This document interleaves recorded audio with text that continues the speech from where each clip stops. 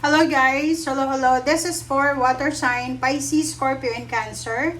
Welcome guys! So, titingnan natin kung anong messages, vibration, gabay, energy para sa inyong lahat. So, this is daily tarot reading. Tingnan natin, water sign, Pisces, Scorpio, and Cancer. Okay, so unang-una titingnan natin, ano ba yung blessings na matatanggap nyo sa araw na ito? What's the blessings na papasok sa buhay nyo? Pisces, Scorpio, and Cancer.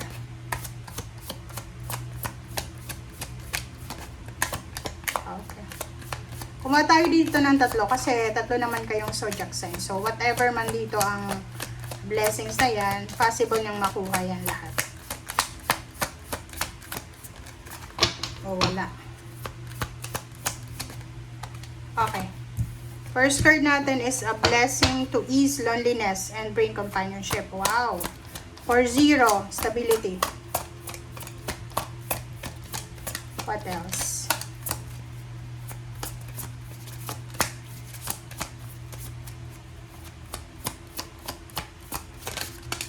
Okay, next, a blessing of the waters. Wow, 44. Emotions siya. Ang ganda. So, this is your energy. 22 balance. Water sign, Pisces, Scorpio, and Cancer. Congratulations sa inyong lahat. Kasi yung first 3 cards natin, alin man dito yung mag-resonate kayo, kunin yung energy. Unang-una, yung number mo pala dito, tingnan mo, water sign. 4, 4, 4. Okay? Tatlong 4 siya. Yung 22 na yan is 4 din siya. 2 plus 2 equals 4. Diba? So, sinasabi ng bara sa'yo dyan na there's a stability. Okay? Coming para sa'yo. Okay. So, yun. Okay. So, sinasabi ng bara sa'yo dito, water sign, Pisces, Scorpio, and Cancer, na a blessing to ease loneliness and bring companionship. Yun yung una. Okay? Yung 444 na cards na yan, you are super blessed kasi yung 444 na angel number is a powerful sign na you are divinely protected, and yung 3 cards na yan ay encouragement sa'yo para sa stability mo. Okay? Nasa right path ka, nasa right track ka, suportado ka ng universe, and etong tatlong barahang to ay nagsasabi sa'yo na this is today, this is the new beginnings of a solid foundation. So, mag-focus ka lang sa sarili mo. Kailangan mo ng self-discipline, tiwala lang sa proseso. Okay? Wag kang mag-alala kasi you are guided against negative energies. You have angels and guides na naandyan, nakapaligid sa inyo para i-assure kayo. So, you just need to trust. Okay? And, sinasabi din ng bara sa atin na stability, 444, kailangan stable ka. Kailangan, yun yung i-focus mo sa ngayon is yung magkaroon ka ng, kumaga firm, makapag-establish ka ng firm foundation sa iyong relationship, sa iyong career, and then sa personal growth mo. Okay? And this is also a sign na parang nare-reassure ka para sa pag-move forward or progress or growth na mangyayari sa buhay mo. So, ang unang-una na posible na blessing sa'yo is yun na nga, may kakayahan ka na mawala or maalis mo yung mga rason kung bakit ka malungkot. Kumbaga, like for example, bring companionship. So, may mga tao dyan, there's so much people around you na makakatulong sa'yo para mawala yung loneliness mo. Kumbaga, napapaligiran ka ng mga tao na pwedeng maging source of strength mo in times of loneliness or feeling alone or lonely. Okay? And this one, companionship na to, sinasabi ng baraha, huwag kang mag-alala kasi you and your partner, in harmony kayo. So, align kayo sa bawat isa. So, kung ano man ang blessings mo, blessings niya din. Kung ano yung blessings niya, blessings mo din. Okay?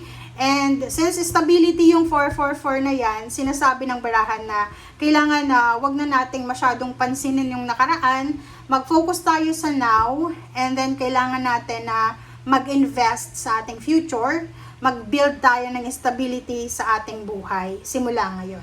Okay? So, yun. Alin ka ba dyan? Pisces, Scorpio, and Cancer. Okay?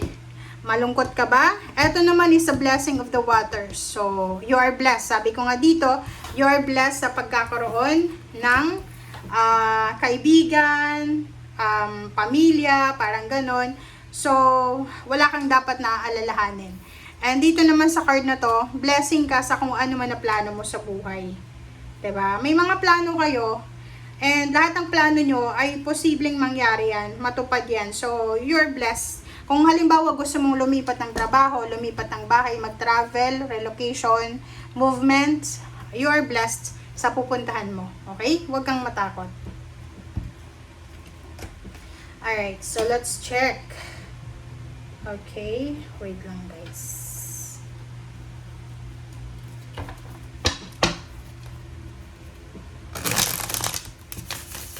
Water sign, Pisces, Scorpio, and Cancer.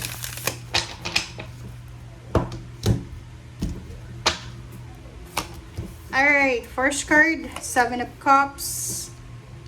Okay, Page of Pentacles, Page of Cups, Wheel of Fortune, and last card natin is the Hangman. Sa ilalim mo dito is 6 of Pentacles. Wow. 5 of Cups. 8 of Cups, the Star. So, sinasabi ng bara sa'yo dito, Water Sign, Pisces, Scorpio, and Cancer, na lahat daw ng sacrifices mo about sa future mo or about sa goals mo ay walang sayang dyan. Okay, 8 of Cups. Sinasabi ng bara sa'yo na ngayong araw na ito, wala kang masyadong pinoproblema kasi you withdraw yourself from any toxicity, any negativity. And 5 of Cups, nakikita ko sa'yo dito na siguro sa araw na ito, siguro may tinulungan ka few weeks ago, few days ago, siguro may tinulungan ka. And siguro sa ngayon, nanghihinayang ka kung bakit mo tinulungan sila kasi like maybe naging ungrateful sila sa'yo or whatever man. Or sinasabi ng bara sa'yo, mag-iingat ka sa pagtulong. Mag-ingat ka sa pagtulong, lalo na sa usaping pera, kasi baka pagsisihan mo daw yan. Okay? So, sa ngayon, sinasabi ng baraha, mag-focus ka lang sa pangarap mo. Okay? And yun, sinasabi ng baraha, withdraw yourself from any toxicity and negativity. Or sa mga toxic or mga vampires na tao. Energy, financial vampires. Okay? Vampires. Okay. 7 of Cups. Okay. 7 of Cups, surrender. 5 of Swords. So, sinasabi ng Barasio dito na meron kang pinagpipilian. Pero, parang uncertain siya. Uncertainty. Parang ganun. Hindi ka pa sigurado. Medyo confused ka. Pwedeng gusto mong mag-launch ng business, pero sinasabi ng bara sa'yo na siguro wag mo munang ituloy, or parang sinasabi sa'yo na i-surrender mo na lang, or kung ano lang yan, ihang mo muna, parang gano'n. Okay, Page of Pentacles. Page of Pentacles ay inheritance, financial security, and family. There's incoming, guys. Nakikita ko sa'yo dito, Page of Pentacles. This is incoming. Pwedeng hindi sa araw na ito or pwedeng sa araw na ito. Pwedeng sa araw na ito, makatanggap ka ng limpak-limpak na salapi, thousands of pesos or millions, or kung ano man ang currency. Pwedeng sweldo, pwedeng inheritance, pwedeng financial security or business revenue or whatever man. Okay, Page of Cups. This is emotions. Wow, ang ganda! Congratulations, guys! Kasi sinasabi ng bara sa'yo na there's an incoming celebration, family celebration, community celebration. There's an occasion that na pwedeng makatulong para sa unity, reconciliation, or forgiveness, apology, or anything na stability sa pamilya. So, pwedeng housewarming, house blessing, baptism, announcement of new baby, or whatever man siya. So, may darating na okasyon na pwedeng magdadala sa'yo and sa pamilya mo ng sobra-sobrang saya. Okay, there's a celebration of happiness, success, and love. Okay. What else? Wheel of Fortune, guys. Wheel of Fortune, water sign, Pisces, Scorpio, and Cancer.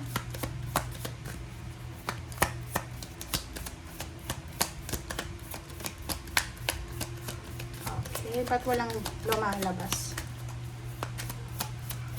Water sign, Pisces, Scorpio, and Cancer. Okay, dalawa. Alright, so dito sa barahang to, Wheel of Fortune, Page of Wands, and Queen of Coins. Ang ganda nito. Sinasabi ng baraha sa'yo dito, water sign, na there's a good news coming. Okay? There's a good news coming, isang bagong idea, isang napakabilis na pangyayari ang posibleng darating sa'yo. And this is all about success, about money. So, there's a stability na posibleng darating sa'yo. So, kung ano man siya na darating sa inyo ngayon, eto ay magdadala ng pagbabago sa usaping salapi. Kumbaga, halimbawa, kung may pera ka na sa ngayon, kung ano man yun na pinaplano mo sa ngayon, ay posibleng magdala yan sa'yo ng sobra-sobrang tagumpay. Okay? Alright, wait lang guys. Kumbaga may changes.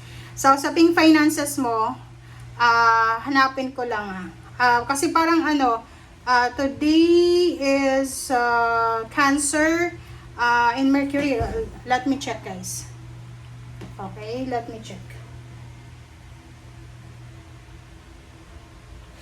Okay, kasi today is parang meron tayo na ayun. Today is April 22. Okay, April 22.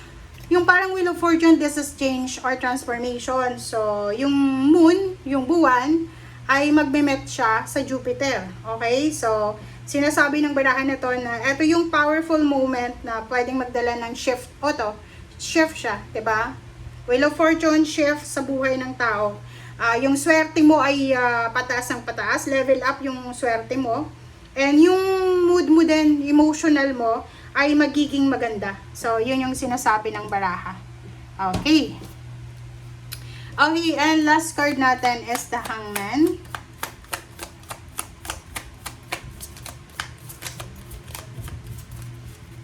Okay. Water sign, Pisces, Scorpio. Oh, wow. Hangman, slow, wow. Sabi ng baraha sa'yo dito, Pisces, Scorpio, and Cancer, be responsible, consistent, and hardworking. Knight of Coins. So, sinasabi ng baraha sa'yo na may kailangan ka sigurong gawin sa araw na ito. So, like, pwedeng absent ka muna sa araw na ito kasi may aasikasuhin ka. Like, may importante kang bagay na kailangan na bigyan ng pansin aside from money. Okay? So, sinasabi ng baraha, slow down, dahan-dahan. Sa usaping pera, okay? So, usaping pera, wag masyadong gumastos ng gumastos today. Wag mag-shopping ng mag-shopping. Wag mag-spend ng mag-spend ng money. Relax lang sa pera. Okay? Thank you guys. Thank you for watching and wait lang. Kasi may nakita tayo. Okay. Sa ilalim na ito, yung 8 of Cups, diba? Sabi ng baraha sa'yo dito, since maraming blessings ang paparating sa'yo, water sign, Pisces, Scorpio, and Cancer, yun yung rason kung bakit kalmado ka. Kasi yung blessings na yan, ay makakatulong siya sa'yo para, kumbaga, magbago yung takbo ng emotions mo. Hindi lang pera, ang posibleng magbago, magtatransform sa'yo, kundi emotion mo din. 'Di ba? So, yun yung kailangan mong paghandaan sa ngayon, lalo sa araw na ito. Alright? Thank you guys. Bye!